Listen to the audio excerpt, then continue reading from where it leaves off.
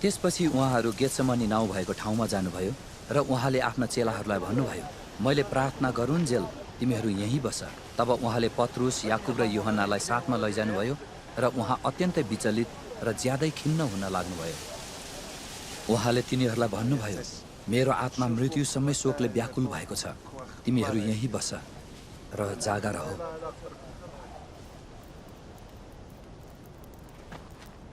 अनि अलि पर गएर उहाँ भुइँमा घोप्टिनुभयो र हुन सक्छ भने त्यो घडी उहाँबाट टलोस् भनी प्रार्थना गर्नुभयो। अनि उहाँले भन्नुभयो, अब्बा पिता, तपाईँको निम्ति सबै कुरा सम्भव छ, यो कचौरा मबाट हटाइदिनुहोस्, तर पनि मैले इच्छा गरे जस्तो होइन, तपाईँले इच्छा गर्नुभए जस्तो होस्। केही समयपछि येशूले आफ्नो चेलाहरूलाई भन्नुभयो, बेला आइपुग्यो, हेर मानिसको पुत्र पापीहरूका हातमा पक्राउ पर्न लागेको छ। उठ जाउँ, हेर मलाई विश्वासघात गर्ने नजिकै छ। एकजना चेलाले उहाँलाई धोका दिनेछ भनेर उहाँलाई थाहा थियो। आफूलाई सताउने धार्मिक गुरुहरूबाट उम्किने शक्ति उहाँसँग थियो, तैपनि उहाँ आफ्नो खुसीले उनीहरूसँग जानुभयो, किनभने यो सबै परमेश्वरको योजनाको एउटा भाग थियो। तब तिनीहरूले येशूलाई प्रधान पुजारी कहाँ लगे र त्यहाँ सबै मुख्य पुजारीहरू, धर्मगुरुहरू र शास्त्रीहरू जम्मा भएका थिए। अब मुख्य पुजारी र जम्मै महासभाले येशूलाई मार्नको निम्ति उहाँको विरुद्धमा गवाई खोजे, तर केही पाएनन्। धेरैले उहाँको विरुद्धमा झुटो गवाई दिए, तर तिनीहरूले दिएको गवाईले मेल खाएन। कसैले उठेर उहाँको विरुद्धमा यसो भन्दै गवाई दिए, यसले यसो भनेको हामीले सुन्यौँ, मानिसको हातले बनाएको यो मन्दिर म भत्काउने छु र हातै बिना बनाइएको अर्को मन्दिर म 3 दिनमा निर्माण गर्नेछु। तर यसमा पनि तिनीहरूको गवाई एकै मतको थिएन। तब प्रधान पुजारीले बीचमा खडा भएर येशूलाई सोधे, के तँसँग केही जवाब छैन? यी मानिसहरूले तेरो विरुद्धमा गवाई दिएको के हो? तर येशू चुप लाग्नुभयो र केही जवाफ दिनु भएन। फेरि प्रधान पुजारीले उहाँलाई सोधे, के तँ परम धन्यको पुत्र ख्रिस्ट होस्? येशूले भन्नुभयो, म हुँ। अनि तपाईँहरूले मानिसको पुत्रलाई सर्वशक्तिमानको दाहिने बाहुलीतर्फ बसिरहेको र आकाशका बादलहरूका साथमा आइरहेको देख्नुहुनेछ। तब प्रधान पुजारीले आफ्नो वस्त्र च्यातेर भने, हामीलाई अरू साक्षीहरूको के दरकार पर्यो र? तिमीहरूले ईश्वर निन्दा त सुनिहाल्यौ, तिमीहरूको के विचार छ? अनि तिनीहरू सबैले उहाँलाई मृत्युदण्डको योग्य ठहराए।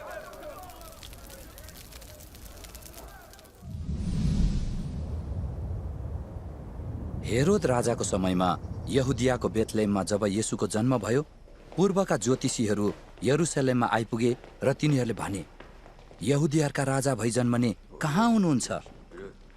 किनभने हामीले उहाँको तारा पूर्वमा देख्यौं र उहाँलाई दण्डवत गर्न आएका छौं। जब हेरोद राजाले यो सुने, तिनी बेचैन भए र तिनीसँग सारा यरुसलेम पनि बेचैन भयो। अनि तिनले सबै मुख्य पुजारीहरू र जनताका शास्त्रीहरूलाई भेला गरे र ख्रिस्टको जन्म कहाँ हुने हो भनी सोधपुछ गरे। तिनीहरूले तिनलाई भने, यहुदियाको बेथलेहेममा, किनभने अगमवक्ताले लेखेका छन्, ए बेथलेहेम, यहुदा मुलुकको गाउँ, त कुनै किसिमले यहुदाका शासकहरूका बीचमा कुनै भन्दा पनि तुच्छ छैनस्, किनकि तँबाट एकजना शासक निस्किआउनेछन् जसले मेरा मानिस इस्राएलको हेरचाह गर्नेछन्। तब हेरोदले ती ज्योतिषीहरूलाई गुप्तमा बोलाएर तारा कुन समय देखा परेको हो सो तिनीहरूबाट पत्ता लगाए। तिनले तिनीहरूलाई यसो भनेर बेथलेहममा पठाए, जाओ र ठिकसँग त्यस बालकको खोजी गर, तिनलाई भेटाएपछि मलाई खबर गर र म पनि तिनलाई दण्डवत गर्नेछु। हेरोदले गोप्य रूपमा बालकलाई मार्ने योजना बनाए।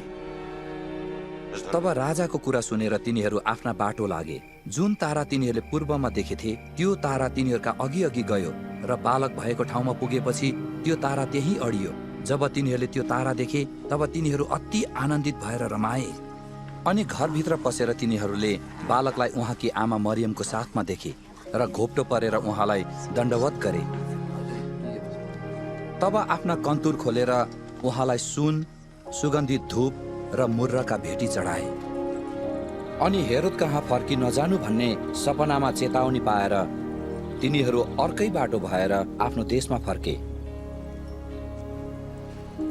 तिनीहरू गएपछि परमप्रभुका एउटा दूत सपनामा योसेफ कहाँ देखा परे र तिनले यसो भने, उठ, साना बालक र उहाँकी आमालाई साथमा लिई मिश्र देशमा भागिहाल र तिमीलाई मैले नभनेसम्म त्यहीँ बस, किनकि हेरोदले बालकलाई मार्न उहाँको खोजी गर्न लागेको छ।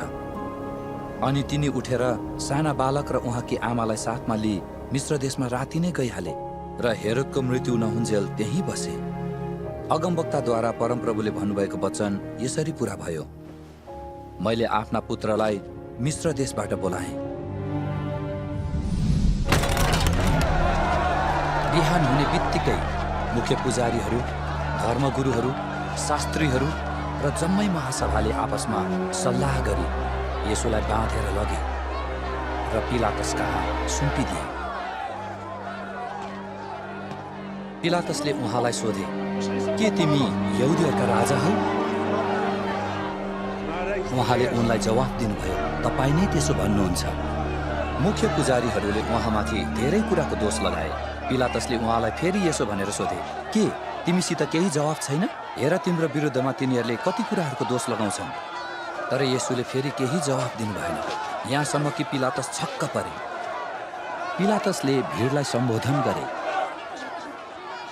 त्यसो भए जसलाई तिमीहरू यहुदीहरूका राजा भन्छौ उसलाई चाहिँ म के गरौँ त? तिनीहरू फेरि चिच्याए, त्यसलाई क्रुसमा टाङ्नुहोस्। पिलातसले तिनीहरूलाई भने, किन? उसले के अपराध गरेको छ र? तर झन साह्रो गरी चिच्याएर तिनीहरूले भने, त्यसलाई क्रुसमा टाङ्नुहोस्।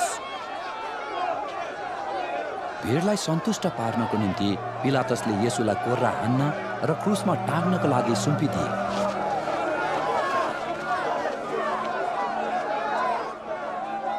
सिपाहीहरूले उहाँलाई महलभित्र लगे र जम्मै पल्टनलाई भेला गराए। अनि तिनीहरूले उहाँलाई बैजनी रङको वस्त्र लगाइदिए र काँडाहरूको मुकुट गाथेर उहाँको शिरमा लगाइदिए। अनि यहुदीहरूका राजाको जय भन्दै तिनीहरूले उहाँलाई सलाम गर्न लागे। अनि तिनीहरूले उहाँको शिरमा निगालोले हिर्काउँदै उहाँलाई थुके र घुँडा टेकेर उहाँलाई दण्डवत गरे। अनि येशूको गिल्ला गरिसकेपछि तिनीहरूले बैजनी वस्त्र फुकालिदिए र उहाँका आफ्नै लुगा लगाइदिए। त्यसपछि तिनीहरूले उहाँलाई क्रुसमा टाङ्नलाई बाहिर लगे।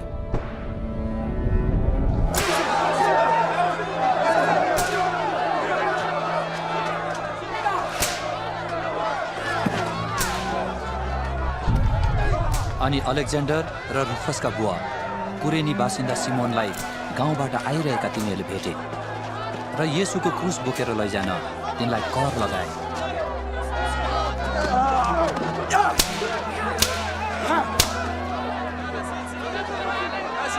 त्यसपछि तिनीहरूले येशूलाई गलगथा भन्ने ठाउँमा ल्याए।